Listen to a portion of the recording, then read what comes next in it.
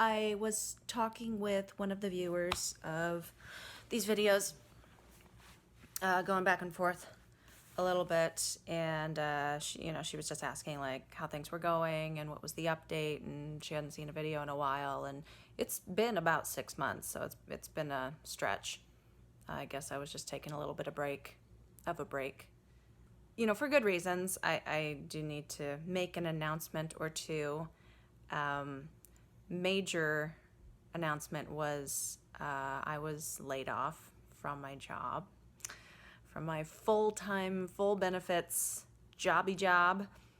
It was my entire crew, and that's, we didn't do anything wrong. It's just the reality of retail these days. So sad to see another bookstore go down, but that's how it is. I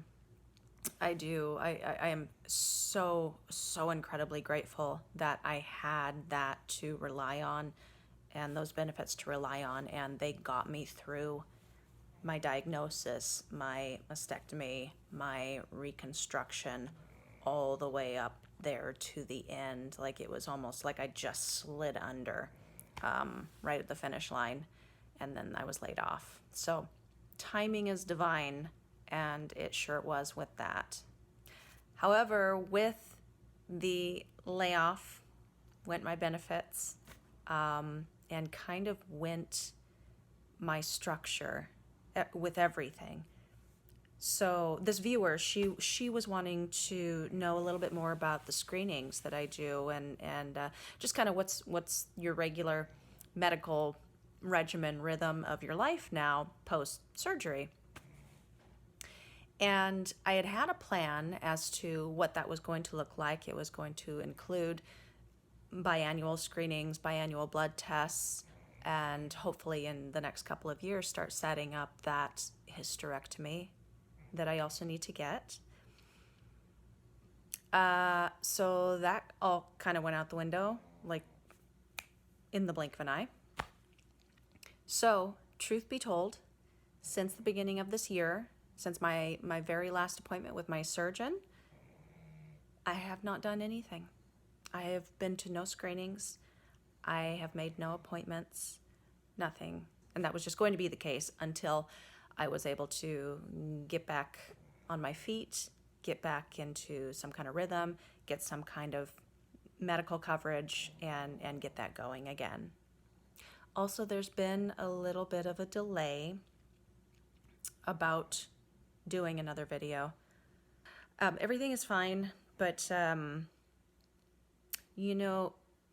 been kind of battling a little bit with some depression and trying to come to terms with that and figuring out like what's causing it. And I think it does have to do with the the layoff. Of course, that was a major part of my life, was my work, and also the reality has set in about what happened to me, and just the whole hubbub of and the chaos of everything going on all at once. It was just go, and there was always something to do, and it was just kind of this thing so much bigger than me coming into my life, and then it was just gone. It was all done. Everything was done. And so maybe a little, like, I don't know, like just post trauma, feeling that a little bit. So yeah, I've been a little depressed. So anyway, here I am making my attempt.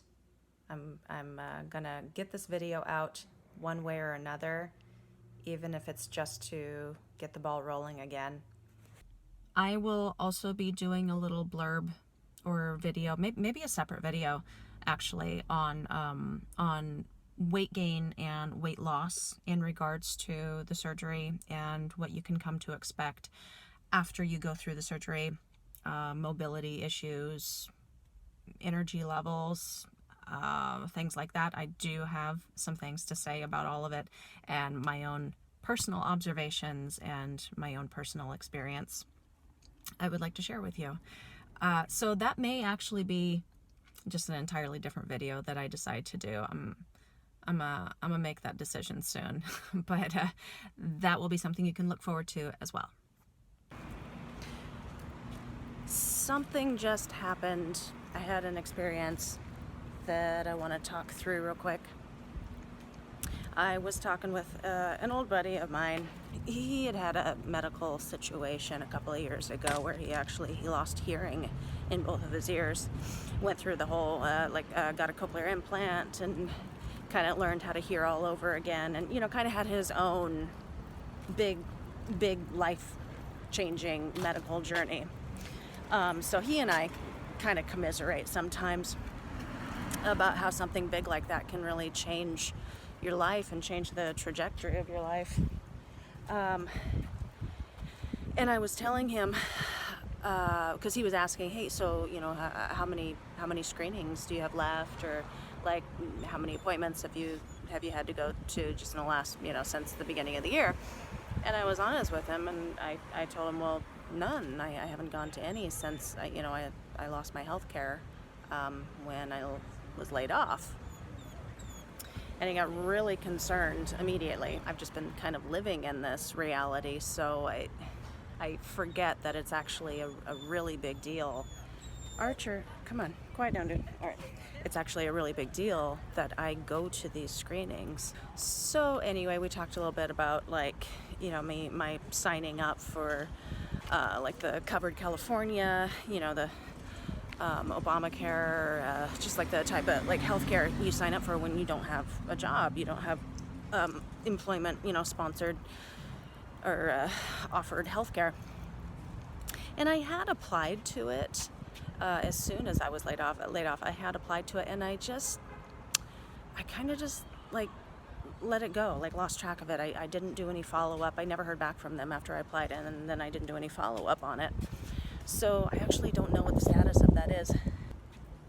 And my real non-urgent approach to that kind of put him aback too. And so then he's like, well, why don't you just, if you've got a good rapport with your medical team, your surgeons and your oncologists and all that, why don't you just ask them, talk to them and say, look, here's the situation. What are my options? Can you help me? Is there a payment plan? Can I pay out of pocket? Anything like that. And I actually got I got kind of upset. And it was so sudden. It just hit me. And I realized something that I hadn't realized before. I don't want to do this anymore. I don't want to do this. Any of it. And I realized, come on, Archer, come on. I realized that what I had felt on top, as a part of the layoff and as part of losing my health insurance, and as a part of all of that, the relief of not having to go to these screenings and these appointments constantly because I couldn't. My hands were tied.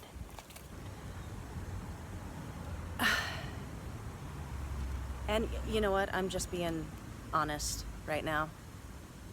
I am not excusing it at all. I'm not. I'm just honestly saying, this is the realization. I just realized, I had the feeling, the relief that I felt, because it seemed like it was out of my hands. Oh, it's out of my hands until further notice, until something changes, until I get another job, and then I can pick up, at some point in the future, some undetermined date down the road, but not right now. I don't have to do anything right now because I can't. Guys.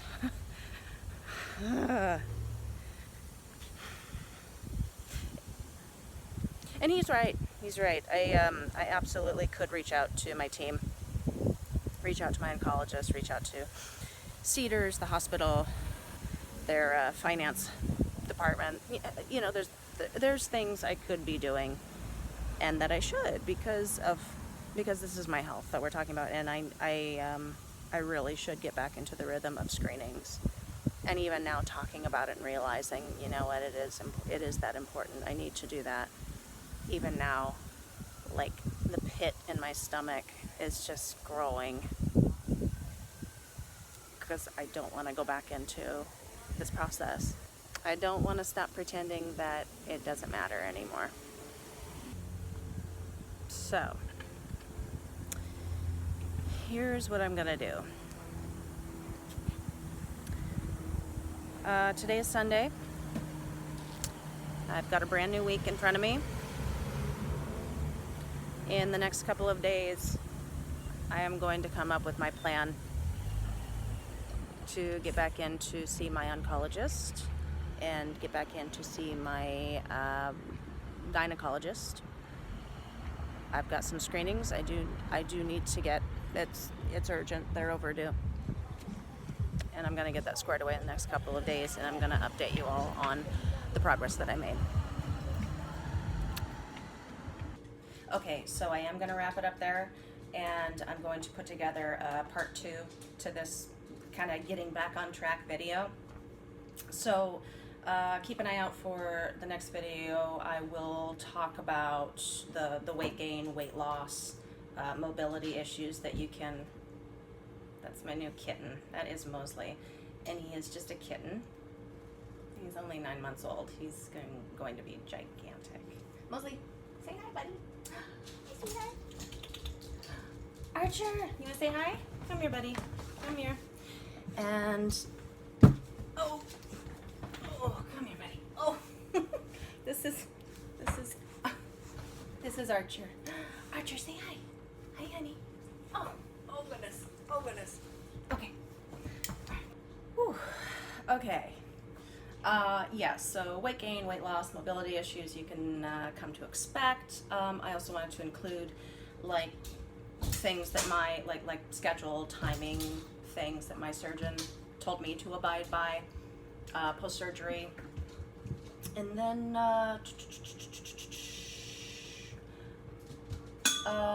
you know what, I also wanted to give you some website information.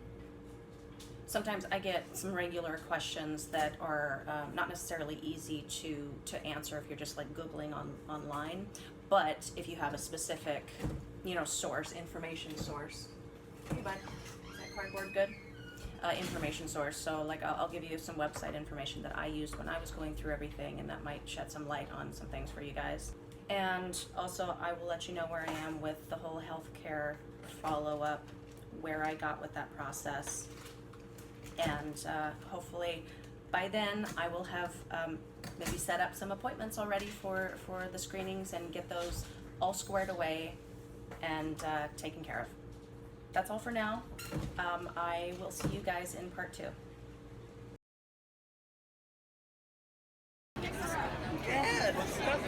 5, 4, 3, 2.